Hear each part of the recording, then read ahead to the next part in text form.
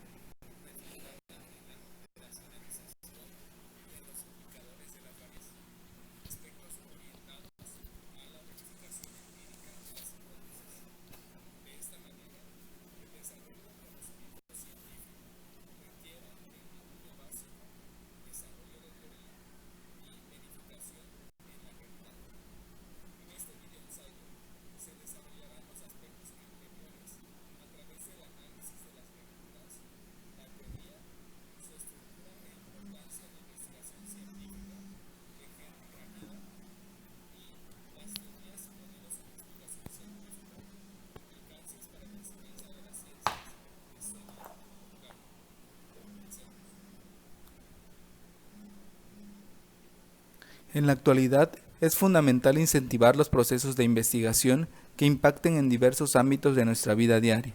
Para empezar, se sabe que la metodología se entiende como el estudio del método, y este último como el procedimiento sistemático para tratar un conjunto de problemas, desde su formulación hasta la evaluación de las soluciones propuestas o verificadas. En dichos procesos investigativos se pueden apreciar una serie ordenada de operaciones: enunciar preguntas bien formuladas, arbitrar conjeturas fundadas y contrastables con la experiencia para contestar a las preguntas, derivar consecuencias lógicas de las conjeturas, arbitrar técnicas para someter las conjeturas a contrastación, someter a contrastación esas técnicas para comprobar su relevancia, contrastar e interpretar resultados, estimar la pretensión de verdad de las conjeturas y la fidelidad de las técnicas, determinar los dominios en los cuales valen las conjeturas y las técnicas. Se dice que el método científico puede ser la mejor, aunque no la más segura vía para la obtención de conocimiento verdadero. Sin embargo, hay que considerar que el método no es una receta, es un proyecto histórico mejorable, además de que no suplanta ni la creatividad ni la originalidad que puede caracterizar a la investigación, tornándose como un instrumento al servicio de la inteligencia, no un sustituto del pensar. El método no es ni infalible ni autosuficiente en la producción válida y verificable de conocimientos. En este tenor es útil hacer una clasificación de la ciencia, como formal, dentro de la cual se encuentran la lógica y la matemática, y factual, en donde se incluyen las ciencias naturales como la física, química, biología y psicología individual, y las culturales como la psicología social, sociología, economía, historia material, entre otras.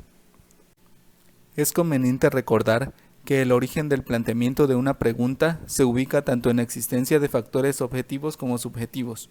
El problema carece de sentido fuera de un contexto. Los conceptos y sus relaciones dan sentido e interpretabilidad a los elementos que intentan funcionar como solución. Las teorías son breves esbozos de enunciados para verificar y de supuestos que actúan como punto de partida combinando el proceso inductivo con el deductivo. Es fundamental recordar que el objetivo de la actividad científica no es acumular datos, sino construir modelos y teorías esquemáticos imprecisos, muy generales, más funcionales que estructurales, pero que permitan representar y o predecir el comportamiento de la realidad, objeto de trabajo.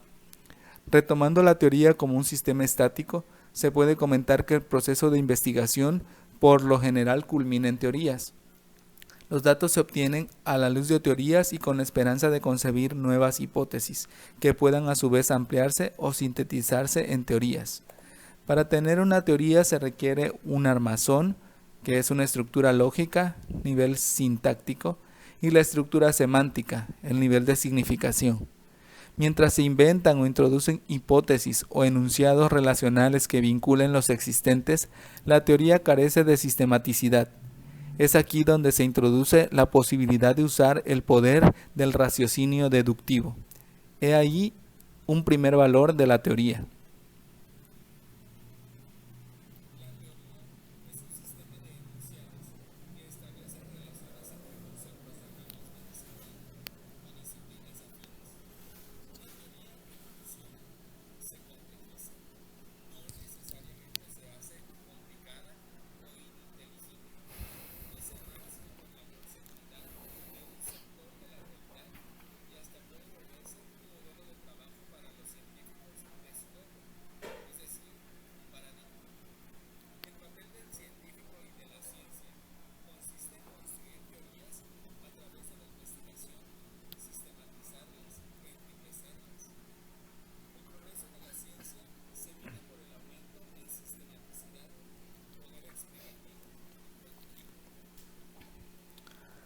La oposición entre teorización e investigación hace que la segunda actividad sea impulsada y considerada relevante, mientras que la primera solo de índole ornamental o lujosa. Una teoría factual es un sistema hipotético deductivo, ofrece explicación, permite predecir y es contrastable. Además, una teoría debería orientar la investigación y ofrecer un mapa o representación de un sector de la realidad, siendo su naturaleza conceptual, hipótesis, relaciones lógicas. Cabe destacar que no se construirá una teoría científica perfecta total, que explique todo y no tenga fisuras, debido a que ninguna adoptará el objeto y se convertiría en un dogma.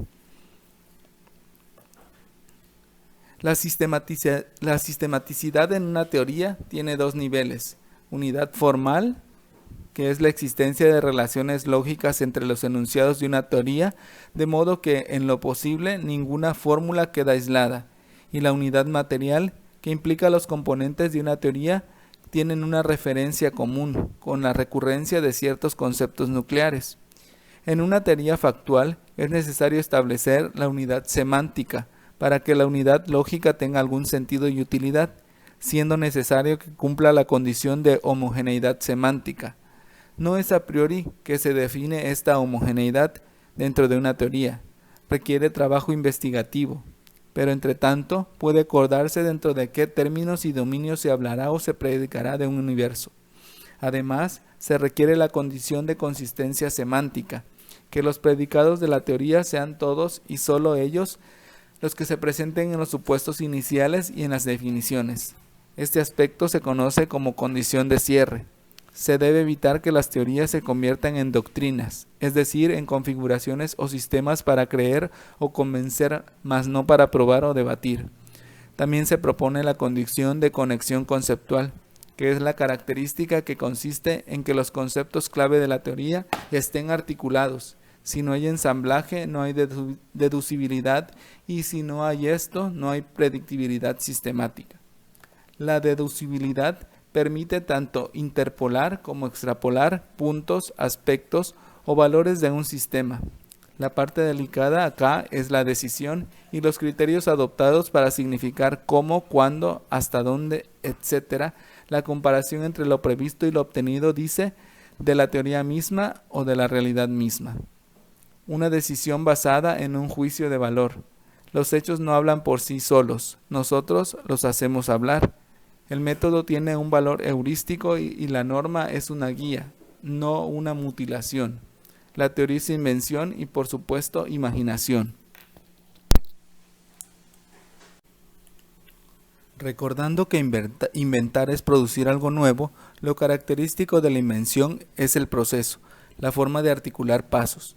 Implica el poner en marcha actitudes como el riesgo, la aventura, usar la imaginación. El concepto de invención aparece ligado a un tal proceso revolucionador.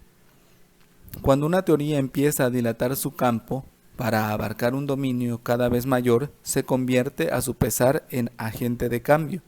suscita el surgimiento de paradigmas diferentes por un acto de decisión que implica la introducción de conceptos, la redefinición y abandono de otros, la búsqueda de reglas de articulación y diferentes verificaciones. La interpretación de ellos implica la invención o exportación de conceptos, los cuales, articulados y sistematizados, configuran una teoría, y los hechos observados ya adquieren el estatuto de datos. La creatividad, la originalidad, la fantasía pueden funcionar cuando de formular problemas se trata.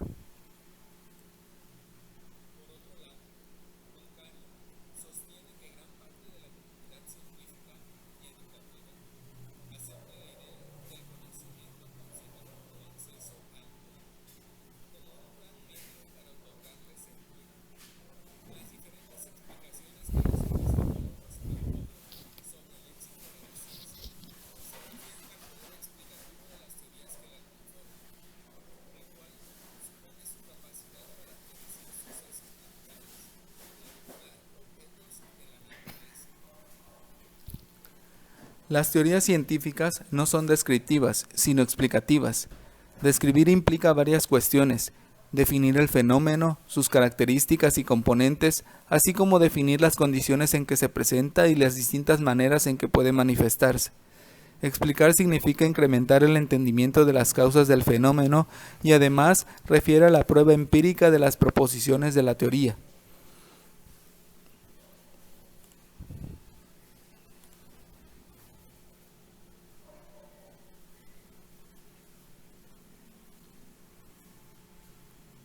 Etimológicamente, la palabra ciencia significa lo mismo que la palabra conocimiento. Actualmente se utiliza la palabra ciencia para referirse solo al conocimiento sistematizado, validado y aceptado por la comunidad científica. El conocimiento científico es una construcción humana que tiene por objetivo comprender, explicar y también actuar sobre la realidad. Está sujeto a reconstrucciones y constituido por conceptos, juicios y raciocinios. Las ideas son punto de partida y punto final del trabajo científico, y esas ideas pueden combinarse de manera lógica y estructurarse en conjuntos ordenados de proposiciones, las teorías. La aplicación de las teorías para explicar hechos requiere de la construcción de modelos. El modelo es la estructura supuesta, mientras que la teoría es el conjunto articulado de enunciados que describe la estructura. Podemos así hablar de modelos visuales explicativos de los fenómenos físicos, cuyo rol es el del ser un instrumento que ayuda a descubrir las relaciones que más tarde tendrán su lugar en la formulación precisa de la teoría. Se construyen también modelos conceptuales, que integrados a una teoría sirven para explicar y predecir el comportamiento de los sistemas físicos que son objeto de estudio. Las representaciones pueden ser vistas como medios para comprender y conocer. Un modelo es concebido como una representación posible de una cosa o un evento. Frecuentemente modelo y analogía se utilizan como símbolos. Una relación analógica establece una similitud entre estructuras de dos campos diferentes, por ejemplo, el sistema planetario y el átomo de Bohr, en la que se pueden identificar equivalencias entre elementos. Gilbert clasifica el tipo de explicaciones que se da en las aulas en lo relacionado a las explicaciones con el área de las ciencias. Él las clasifica en 5 explicaciones. La primera, el por qué se solicita la explicación, que es la explicación intencional. ¿Cómo se comporta el fenómeno explicado? Explicación descriptiva. ¿De qué se compone el fenómeno? Explicación interpretativa. ¿Por qué el fenómeno se comporta como lo hace? Explicación causal. ¿Y cómo debería comportarse en otras circunstancias? Explicación predictiva. 2 tipos de estas explicaciones son principalmente propensos a ser descuidados en la clase de ciencias, que son las explicaciones intencionales y las predictivas. En estas clases los estudiantes deben tener oportunidades de desarrollar las habilidades para proporcionar mucho más explicaciones que les ayudan a resolver los problemas y que signifiquen para ellos mayor significatividad potencial para cada uno de sus compañeros también. El aprendizaje está fuertemente influenciado por las ideas intuitivas y representaciones mentales que los estudiantes poseen, sus modelos mentales, cuya función es la de permitir a su constructor explicar y hacer previsiones respecto al sistema representado, al fenómeno o problema al que se enfrenta. El aprendizaje significativo es un complejo proceso que es el resultado de la interacción de procesos claves, tales como la formación de imágenes y la organización y construcción de analogías que conducen a la construcción de relaciones conceptuales.